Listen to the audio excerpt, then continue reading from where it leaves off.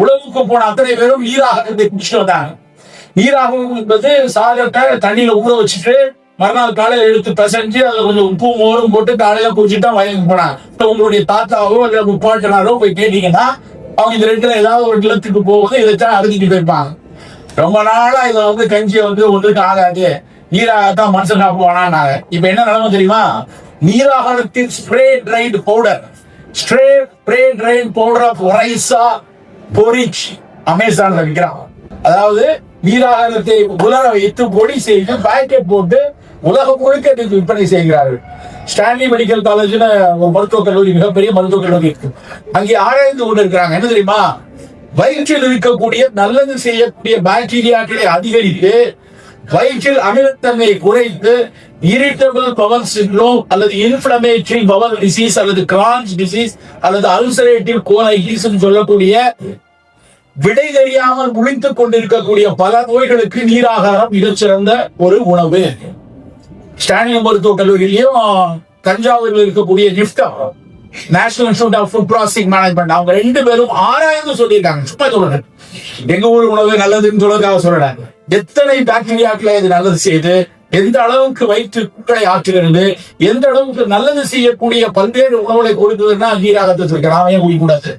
நம்முடைய வெயில் காலத்துல நீராகாரம் காலையில என்ன பெற்று சித்த மருத்துவத்தில் ஆவாரை கஷாயம் என்று ஒப்புவோம். அது ஆவாரை தேநீர் என்று நாங்கள் சொல்லுவோம். இந்த பக்கத்துல அந்த பக்கத்துல எல்லா இடத்துலயும் அந்த தேநீரை அந்த ஆவாரையை சும்மா கஷாயம் போட்டு குடிப்பாங்க. ஆவாரை பூத்திருக்க சாவாரை கண்டதோட்டோ என சொல்லுவோம். காரணம் என்னன்னா, ஆவாரை பித்தத்தை தணித்து உடல் தணித்து சூட்டினால் வரக்கூடிய பல்வேறு நோய்களை, சக்கரை வியாதி அப்படிதான். சக்கரை வியாதி உடலினுடைய வெப்பை மிக அதிகமாக ஏறி அதில் கபமத்து உட்காரும் போது பித்த கப நோயாகத்தான் நாங்கள் பார்த்தோம். ஏன் ஆவாரை கஷாயத்தை குடிக்கக்கூடாது? இன்னைக்கு கண்டுபிடிக்கிறாங்க. நேஷனல் இன்ஸ்டிடியூட் ஆஃப் சித்தா, நீங்க பாத்துருப்பீங்க, தேசிய சித்த மருத்துவமனை, அவங்க கண்டுபிடிக்கிறாங்க. என்ன கண்டுபிடிக்கிறான்? ஆவாரை கஷாயம் குளுட்4 டிரான்ஸ்போர்டைஸ் அப்படிம்பாங்க. அதாவது சர்க்கரையை, ரத்தத்தில் இருக்கக்கூடிய சர்க்கரையை திசுக்களுக்குள் தள்ளினாதான் நமக்கு சர்க்கரை குறையும். செல்லுலார் அப்டேக் ஆஃப் குளுக்கோஸ், அதுதான் எல்லா மருந்துகளான வேலையை. நீங்க சாப்பிடக்கூடிய மெட்ஃபார்மின் இருக்கட்டும், கிளைஃபரமைடா இருக்கட்டும், எனிதிங், அது என்ன பண்ணுது? குளுக்கோஸ் அப்டேக்க கூட்டுது, செல்லுலார் அப்டேக்க கூட்டுது. அந்த வேலையை செய்யறது ஆவாரை கஷாயம். அப்ப நம்ம கிட்ட ஒரு 50 வயதுக்கு மேல சக்கரை வியாதி இருக்கிறவங்க ஏன் ஆவாரை கஷாயம் குடிக்க கூடாது? ஆவிரை கொள்கை நாவல் அலைகடல் முத்தம் கோஷ்டம் மேவிய மருதத்தோளும் விருதிட ரொக்கம் கொண்டு காவிரி நீரும் மற்றும் கடல் நீரும் மற்றும் தான் என சித்த மருத்துவத்தில் சொல்லியிருக்காங்க. அதுக்காக மருத்துவக்குள்ள போய் நம்ம முடக்க வேண்டியது. இது அத்தனை சக்கரை வியாதிக்காரங்களும் பிடிக்க வேண்டியது. காவிரி நீரும் மற்றும் கடல் நீரும் மற்றும்னா காவிரி நீர் இனிப்பா இருக்கும், கடல் நீர் உப்பாக இருக்கும். இனிப்பாக வரக்கூடிய சிறுநீர் சக்கரை வியாதி, உப்பாக மிக கூடுதல் உப்பாக வரக்கூடிய சிறுநீர் ரீனல் அல்புமினூரியான்னு சொல்லுவோம்.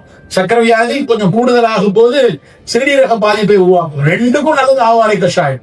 அப்ப ஏன் ஒருவேளை ஆவாரை கஷாயம் அப்படி கூடாது? தேகநாதன் என்று சொல்லுவாங்க கரிசலாங்கண்ணிய. அந்த கரிசலாங்கண்ணிய காலையில் ஒரு கஷாயம் போட்டு வள்ளலார்ல இருந்து போகர்ல இருந்து சொல்லியிருக்காங்க. தேகராஜன், தேகத்தை ராஜாவா வச்சுக்கக்கூடிய கரிசலாங்கண்ணி. நாம அதை விட்டு தேகராஜன் சொல்லக்கூடிய கரிசலாங்கண்ணிய கிளைபோசைட்டுங்கிற கெமிக்கலை போட்டு வீடிசைடு போட்டு போய் அடைச்சிக்கிறோம். நெல் வயல் எல்லாம் நிரப்பி நிற்கும் கரிசலாங்கண்ணி. கொஞ்சம் பேர் இப்பதான் அரைச்சி சாரிடும், தலைக்கு தேய்ச்சி முடி வளருகிறான். அதுக்கு மட்டும் கரிசலாங்கண்ணியை பயன்படுத்தி உண்மையிலேயே கரிசலாங்கண்ணி நுரையீரலை பாதிப்பை அகற்றக்கூடியது. நாங்கெல்லாம் அந்த வைரல் நிமோனியா வந்தப்ப எதையெல்லாம் ஸ்கிரீன் பண்ணலாம்னு லிஸ்ட் பண்ணப்ப முதல்ல கரிசலாங்கண்ணி. அதே மாதிரி ஈரலுக்கு நல்ல பயன் தரக்கூடியது கல்லீரலுக்கு பயன் தரக்கூடியது கரிசலாங்கண்ணி. அப்போ ஒரு நாள் கரிசலாங்கண்ணி டீ குடிப்போம். அப்போ தினமும் 3 ரோசஸ் டீ தான் குடிக்கிறோமா?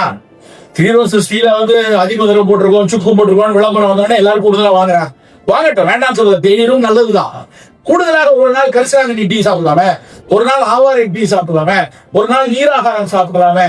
நண்பர்களே, நமக்கான உணவு நம் களத்தில், நம் வீட்டில், நம் அடுப்பங்கரையில் ஏராளமான. அதுக்கான அறிக்கை நம்ம பாட்டிட்டு நம்ம தாத்தாட்டி கூகுள்லயும் அமேசான்லயும் தர வேண்டிய அவசியம் இல்லை. அப்ப நம்ம தாத்தாட்ட நம்ம பாட்டிட்டு இருக்கக்கூடிய உணவை எடுத்துக்கொள்ளணும். காலை உணவு நம்ம கொடுக்கக்கூடிய முதல் பிவரேஜ் ஒரு ஃபங்க்ஷனல் பிவரேஜா இருக்கும்.